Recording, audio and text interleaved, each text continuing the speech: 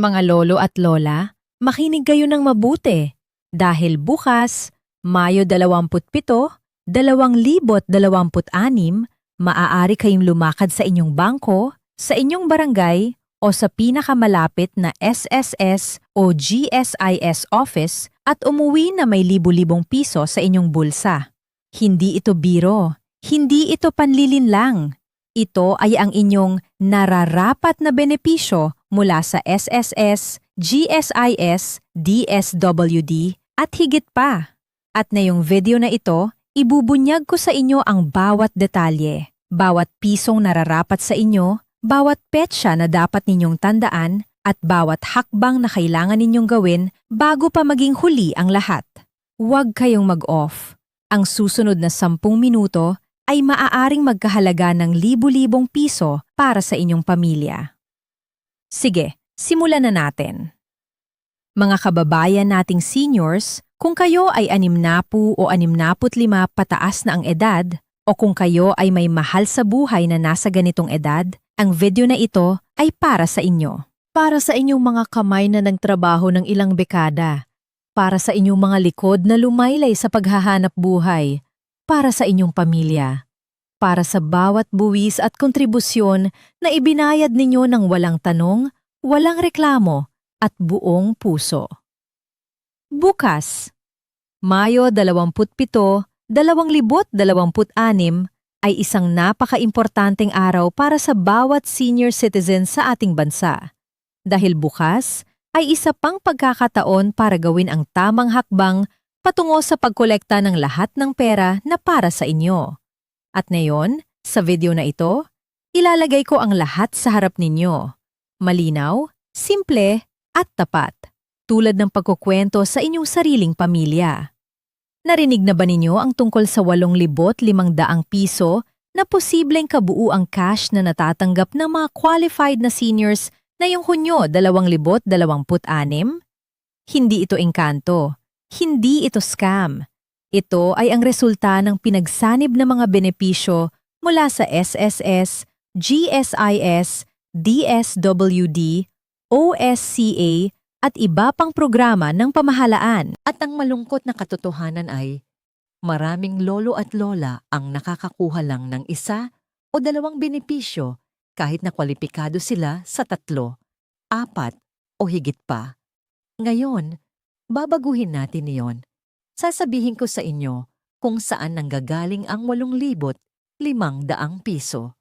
Kung paano ninyo ito makukuha, ang mga petsa na dapat ninyong tandaan. Kasama na ang mga mahahalagang deadline na darating bukas, Mayo 27, 2026, at ang mga bagay na maaaring magpababa ng inyong natanggap na pera kung hindi kayo mag-iingat. Huwag kayong mag-off ng video. Ang susunod na ilang minuto ay maaaring magkahalaga ng libu-libong piso para sa inyong pamilya. Sige, simulan natin sa simpleng breakdown. Ang 8,500 piso na ito ay hindi isang solong tseke mula sa iisang ahensya.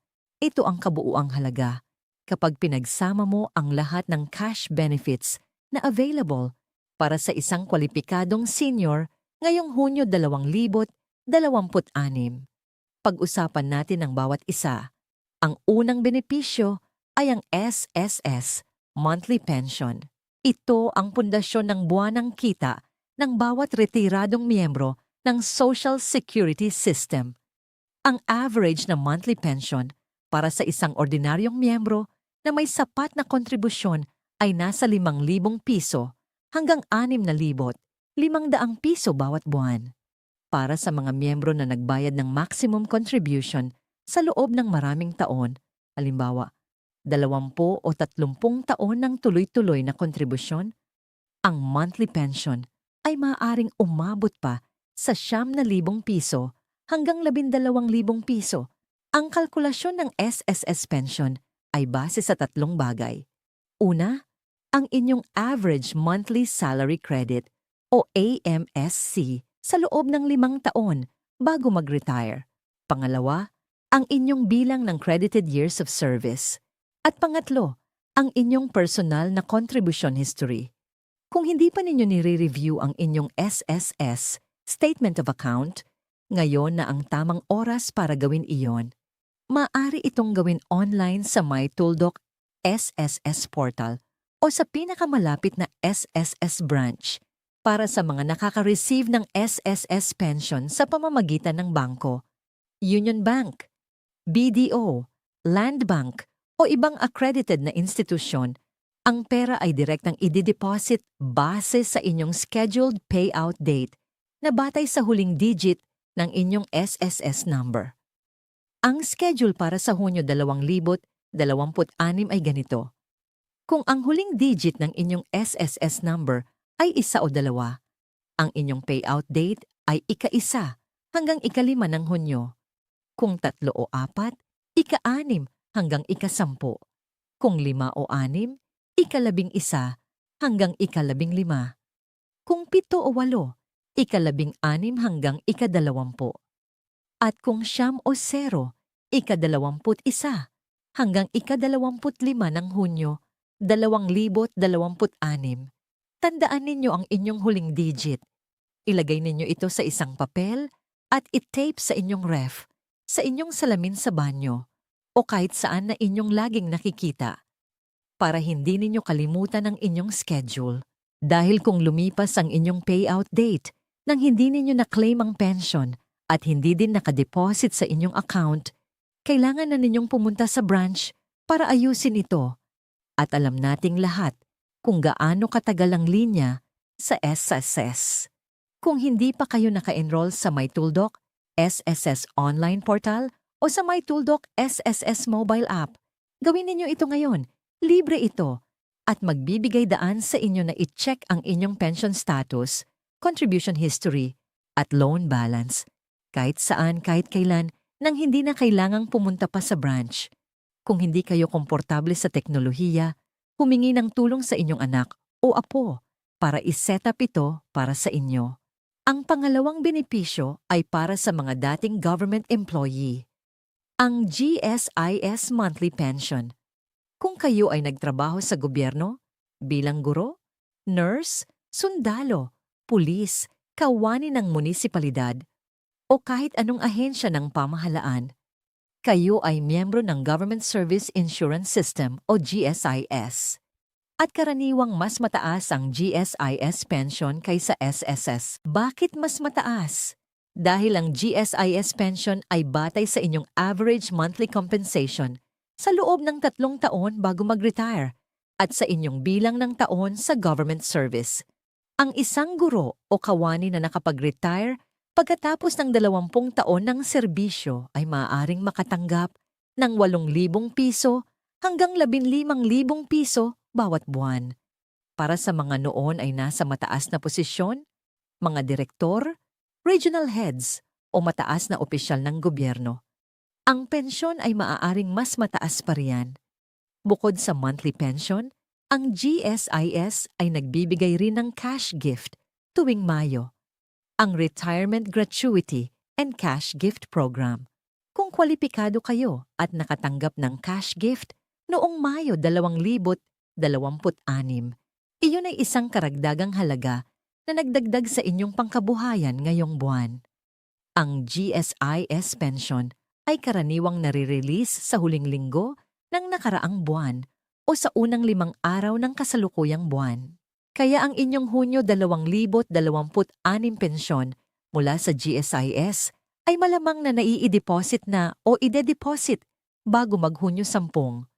Para sa mga gumagamit ng GSIS e-card, maaari ninyong i-check ang inyong balanse sa kahit saang BankNet ATM ng libre.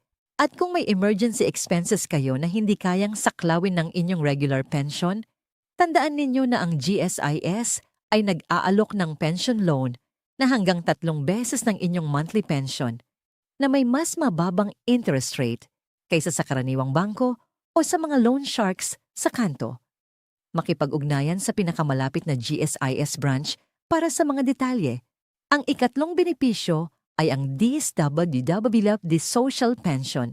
Ito ay para sa mga indigent senior citizens, mga lolo at lola na 65 taong gulang pataas, na walang sapat na regular na kita at walang sapat na suporta mula sa pamilya. Ang social pension ay nagbibigay ng 500 piso bawat buwan, ngunit ibinibigay ito ng quarterly. 3 buwan ng halaga, sabay-sabay. Ito ay isang payout quarter ng DSWD Social Pension. Kaya ang mga kwalipikadong seniors ay inaasahang makatanggap ng 1,500 piso mula sa DSWD ngayong Hunyo 2026. Ang eksaktong petsa ng payout ay nag-iiba-iba depende sa inyong probinsya o lungsod. Kaya ang pinakamabilis na paraan para malaman ito ay ang direktang makipag-ugnayan sa inyong barangay social worker o DSWD Municipal Link Officer. Huwag ninyong hintayin na sila ang pumunta sa inyo. Pumunta kayo sa kanila. Tanungin ninyo kung nakarehistro pa rin kayo bilang beneficiary ng social pension dahil may mga kaso na ang mga seniors ay tinanggal sa listahan nang walang abiso. Kung mangyari yun sa inyo, may karapatan kayong mag-appeal. Pumunta sa DSWD office at ibigay ang inyong pangalan at dating beneficiary number. Bukas, Mayo 27, 2026, ay isang magandang araw para gawin iyon. Pumunta sa inyong barangay, tanungin ang social worker, at siguraduhing nasa listahan pa rin kayo. Ang ika-4 na benepisyo ay ang OSCA Monthly Stipend o Senior Citizen Cash Assistance mula sa inyong lokal na pamahalaan o LGU. Ito ay isa sa mga benepisyo na hindi pantay sa buong bansa. May mga lungsod at munisipalidad na nagbibigay ng karagdagang 500 piso hanggang 1,000 piso o kahit higit pa bawat buwan para sa mga rehistradong senior citizens. May ibang LGU na nagbibigay pa ng espesyal na cash assistance tuwing may okasyon o kapistahan. Kung hindi pa kayo nakapunta sa OSCA office ng inyong lugar, gawin ninyo ito bukas, Mayo 27, 2026. Itanong kung may cash assistance program ang inyong lungsod o munisipalidad para sa mga senior. Itanong kung nakarehistro na kayo. Maaaring may natutulog na benepisyo kayo na hindi ninyo nalalaman. Ang ika-5 benepisyo ay ang AICS o Assistance to Individuals in Crisis Situations mula sa DSWD. Hindi ito automatic. Hindi ito para sa lahat. Ngunit para sa mga seniors na may unexpected na gastos, hospitalization, gamot, operasyon, o iba pang emergency na sitwasyon, ang AICS ay nagbibigay ng 1 beses na cash assistance na maaaring umabot sa 1,000 piso hanggang 5,000 piso. Ang proseso ng pag-apply ay simple. Pumunta sa pinakamalapit na DSWD office, magdala ng valid ID, senior citizen ID, at anumang dokumento na nagpapatunay ng inyong crisis situation. Halimbawa, hospital bill, reseta ng doktor, o kahit affidavit kung kinakailangan. Huwag kayong mahiya. Ito ang layunin ng programang ito, para tulungan ang mga taong nangangailangan. Kaya gamitin ninyo ito kung kayo ay nangangailangan. Kung ipagsamahin nating lahat, ang 5,500 piso hanggang 6,500 piso na SSS pension, ang 1,500 piso na DSWD Social Pension Quarterly Payout, ang 500 piso hanggang 1,000 piso na LGU Cash Assistance at ang posibleng 3,000 piso mula sa AICS. Madali mong maaabot ang 10,500 piso hanggang 12,000 piso para sa isang buwan. At kung GSIS pensioner kayo na may mas mataas na pensyon plus lahat ng iba pang benepisyo, maaaring umabot pa sa 14,000 piso hanggang 16,000 piso. Iyon ang tunay na kwento ng mga numerong ito. Ngayon, pag-usapan natin ang mga bagay na maaaring magbawas o maantala ang inyong benepisyo. Ito ang bahagi na hindi madalas pag-usapan sa mga video, ngunit napakahalaga nito. Ang una ay ang double pensioner issue. Sa kasalukuyang patakaran, kung kayo ay SSS retiree at kasabay ay tumatanggap ng DSWD Social Pension, mayroon mga provision na nagsasabing Ang mga seniors na may pension income na lagpas sa isang tiyak na threshold ay maaring hindi na kwalipikado para sa social pension. Ang threshold na ito ay hindi palaging malinaw na nakasulat. Kaya ang aking payo, huwag kayong mag-assume na kwalipikado pa rin kayo. Pumunta sa inyong barangay social worker at tanungin ng direkta. Ang pangalawa ay ang unreported income o trabaho. Kung kayo ay SSS, retiree, na 60 hanggang 64 na taong gulang lamang at nagpatuloy o nagsimulang magtrabaho muli, ang inyong SSS pension ay maaaring masuspend habang nagtatrabaho pa rin kayo. Ito ay naaangkop sa 60 hanggang 64 na taong gulang lamang. Kapag naabot na ninyo ang 65, libre na kayong magtrabaho at makatanggap ng buong pensyon ng sabay.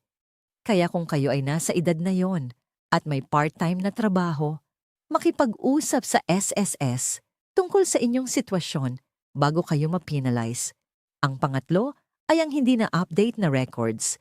Ito ang pinakamadalas na dahilan ng delayed o maling payout. Kung ang inyong civil status, address o beneficiary information sa SSS o GSIS ay hindi updated, halimbawa, namatay na ang inyong dating nakalistang asawa o may bagong address na kayo, maaaring maantala ang inyong payout o mapunta ang pera sa maling account. Lalo na ito kritikal para sa mga byuda o byudo na seniors na ang pension ay may naka-attach na survivor's benefit. Siguraduhing lahat ng inyong records ay tumpak at updated. Pang-apat ay ang tax implications. Ang SSS at GSIS pension ay exempt sa income tax. Malinaw ito sa batas. Ngunit kung kayo ay tumatanggap ng iba pang source ng income, rental income, dividends, o business income, maaaring kailangan ninyong mag-file pa rin ng income tax return. Ang pension mismo ay hindi bubuwisan, ngunit ang iba pang kita na kasama ng pension ay maaaring may tax implication.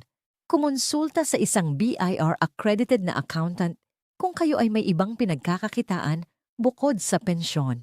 Ngayon, ito ang aking paboritong bahagi ng video na ito, ang mga lihim na benepisyo na totoo, legal, at naroroon na, ngunit halos walang nakakaalam.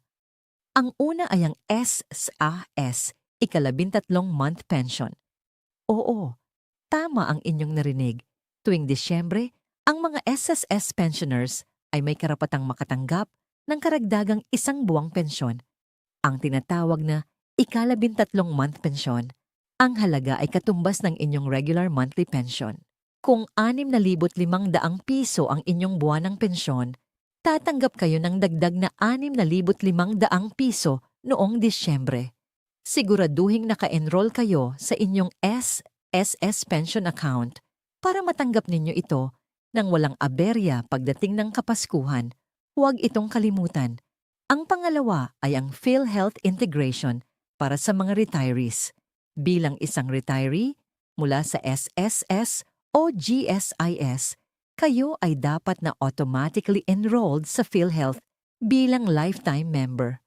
Ang ibig sabihin nito ay meron kayong libreng coverage para sa hospitalization at ilang outpatient procedures. Ngunit maraming seniors ang hindi gumagamit nito dahil hindi nila alam na covered pala sila. Sa susunod na beses na pumunta kayo sa doktor o ospital, dalhin ang inyong PhilHealth ID o member data record at ipakita yon. Maaaring makatipid kayo ng libo-libo sa mga medical bills. Ang pangatlo ay ang 20% senior citizen discount at VAT exemption. Sa ilalim ng Expanded Senior Citizens Act, ang mga senior citizens ay may karapatan sa 20% diskwento at VAT exemption sa mga piling produkto at serbisyo. Kasama ang mga gamot, pagkain sa restaurant, libangan, at transportasyon.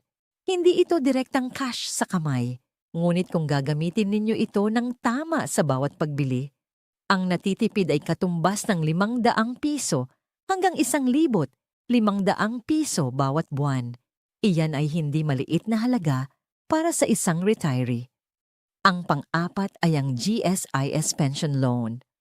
Maraming GSIS pensioners ang hindi nakakaalam na maaari silang mag-avail ng pension loan na hanggang 3 beses ng kanilang monthly pension na may mas mababang interest rate kaysa sa karaniwang bangko. Kung kayo ay may emergency expenses na hindi kaya ng inyong regular pension, ito ay isang mas matalinong option kaysa ang manghiram sa labas. Makipag-ugnayan sa pinakamalapit na GSIS branch para sa mga detalye at requirements. Ngayon, para sa mga nagpaplano pang pumunta sa SSS o GSIS office, nais kong ibigay ang mga practical na tips na makakatulong sa inyo na makatipid ng oras at lakas. Una, laging magdala ng photocopy ng lahat ng inyong documents. Hindi ang original lamang. Ang SSS at GSIS ay madalas nahihingi ng photocopy bukod sa original.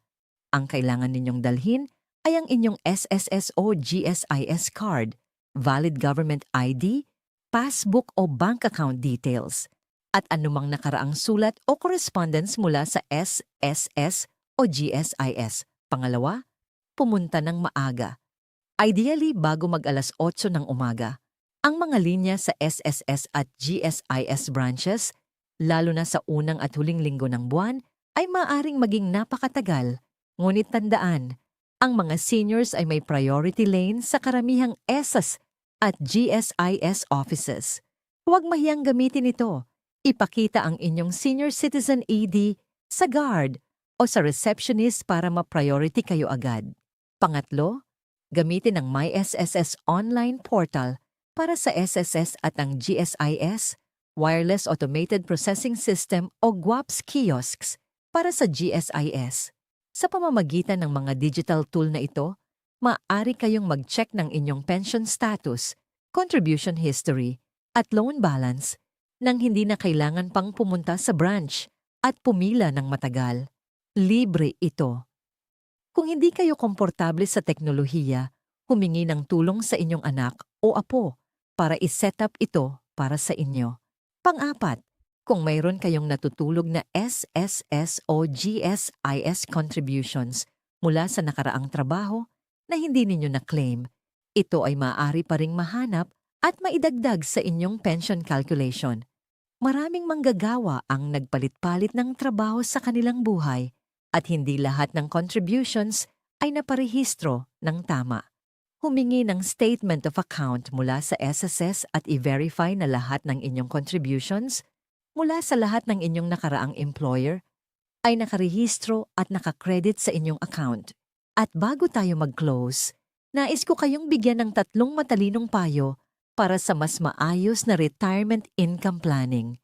Una, kung hindi pa kayo nagre-retire at kayo ay 60 na, pag-isipang mabuti ang timing ng inyong retirement. Ang SSS pension ay may built-in na increment para sa bawat karagdagang taon na inaantala ninyo ang pag-claim. Hanggang sa edad 65. Para sa marami, ang pag-retire sa 65 ay nagbibigay ng mas mataas na monthly pension kumpara sa 60 dahil mas maraming credited years at posibleng mas mataas na average monthly salary credit. Pag-usapan ito sa isang SSS advisor bago kayo magdesisyon. Pangalawa, siguraduhing updated ang inyong mga beneficiaries sa SSS at GSIS. Kung kayo man ay mawala, ang inyong surviving spouse at dependent children ay may karapatang sa death benefit at survivor's pension. Ngunit kung hindi sila nakarehistro bilang official beneficiaries, maaaring mahirapan silang maklaim ito pagdating ng panahon. Huwag hayaang mangyari yon sa inyong pamilya. I-update ang inyong beneficiary records ngayon na o bukas, Mayo 27, 2026, kung wala na kayong oras ngayon. At pangatlo, para sa inyong mga mahal sa buhay na may lolo o lola, tatay o nanay na senior, tulungan ninyo sila. Samahan ninyo sila sa office. I-set up ang MySSS app para sa kanila. I-check ang kanilang pension status. Minsan, ang pinakamahalagang bagay na magagawa ng isang pamilya para sa kanilang mga senior ay ang simple. Ang tiyaking natatanggap nila ang lahat ng kanilang nararapat. Mga mahal na kababayan, ang mga benepisyong ito ay hindi regalo. Ito ay ang inyong nararapat. Ito ang kabuuan ng bawat patak ng inyong pawis, bawat taon ng inyong serbisyo, at bawat pisong ibinayad ninyo sa mga kontribusyon sa loob ng ilang dekada. Huwag kayong mahiya na kolektahin ito. Huwag kayong mag-atubili na itanong. At huwag kayong hayaang mawala ang inyong nararapat dahil sa kamangmangan, sa pagod, o sa takot. Bukas, Mayo 27, 2026, ay isa pang pagkakataon para gawin ang tamang hakbang. Pumunta sa inyong barangay. Bisitahin ang inyong OSCA office. Pumunta sa pinakamalapit na SSS o GSIS branch. Tanungin ang lahat ng kailangan ninyong itanong. Dalhin ang lahat ng inyong documents. At siguraduhing natatanggap ninyo ang bawat pisong para sa inyo. Ibahagi ang video na ito sa inyong mga kaibigan, kamag-anak, o kapitbahay na seniors. Maaaring may isa sa kanila na hindi pa nakakaalam ng mga benepisyong ito. Ang isang simpleng pagbabahagi ay maaaring magkahalaga ng libu-libong piso para sa isang pamilya na nangangailangan. Kung may mga katanungan kayo o may gustong idagdag, ilagay sa comment section. Lagi kaming narito para tumulong. Salamat sa inyong panonood. Manatiling malusog, masigla at maayos. Ingat kayong lahat. At hanggang sa susunod na video.